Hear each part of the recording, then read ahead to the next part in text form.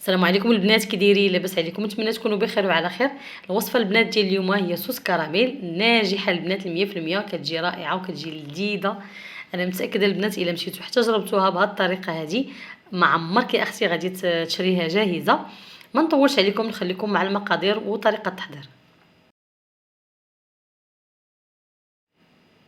غادي ناخذ كاسرونه ونديرها على النار ونضيف ليها 100 غرام ديال السكر سنيده، ولا كاس ديال السكر بالنسبه للبنات اللي كيعبروا بالكاس ديال العنبه. وغادي نبدا تنحرك غير بشويه بشويه. في هذه المرحله البنات غادي نحركو غير بالكاسرونه حتى كيبدا كيبان ليا الحموريه البنات طالعه من الجناب ديال الكاسرونه ديال السكر، بدا كيذوب لينا بهذه المرحله. في هذه المرحله هذه غادي ناخذ معلقه ونبدا نحرك البنات باستمرار، ما نحيدش المعلقه حتى نحط الوصفه وتكون جاهزه. غادي نبقى نحرك بهذه الطريقه هذه، كنعاون السكر باش يذوب وانا كنضغط على هذوك الحبيبات.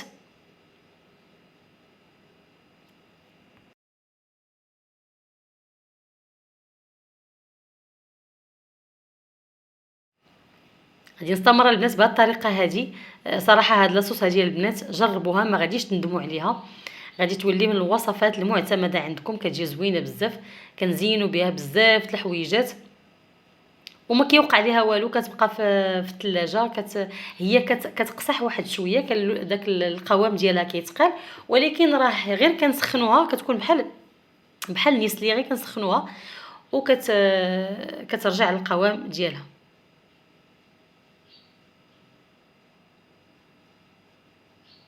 كنستمروا بهذه الطريقه البنات حتى كيذوب لينا السكر نهائيا، ونبداو كنقلبوا بالمعلقه، ما نخليوش حتى شي دوك الحبيبات ودوك التكتلات كلهم يذوبوا. غادي نضيفوا هنايا واحد 100 غرام، عفوا واحد المعلقه ديال معلقه ديال الزبده.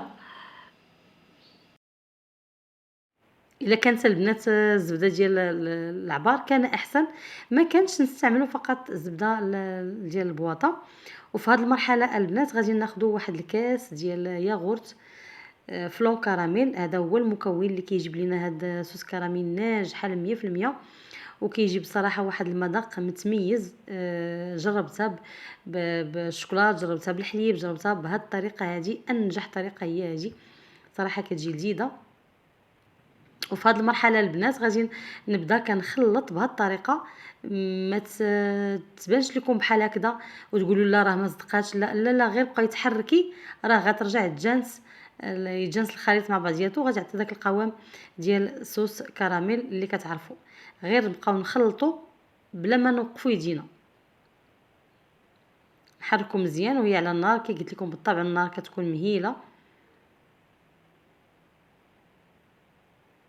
كنخليوها تطبخ واحد شويه. وها الوصفه ديالنا جاهزه.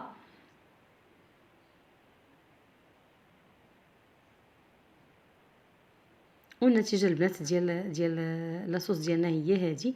كناخذوا واحد الصفايه ونصفيوها باش حتى الا بقاو لينا شي حبيبات ولا شي تكتلات كيحيدوا، كتبقى لاصوص ديالنا صافيه.